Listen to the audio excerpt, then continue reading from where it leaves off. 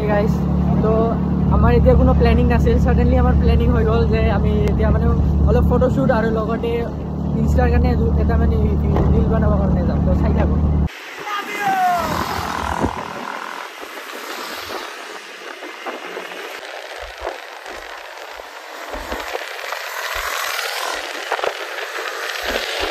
আমি আহি পালোঁ কয়া গুচিয়া, কোনো প্লেনিং নাছিল বাট সাডেনলি আহিব লগা হ'ল।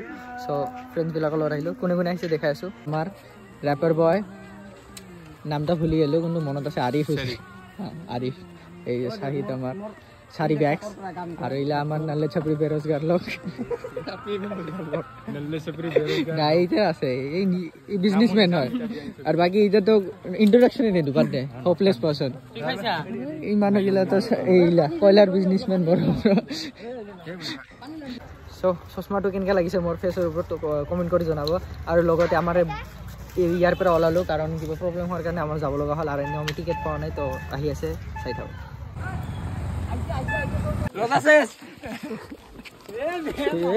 ডাইৰেক্ট মাথা গলে দি যাব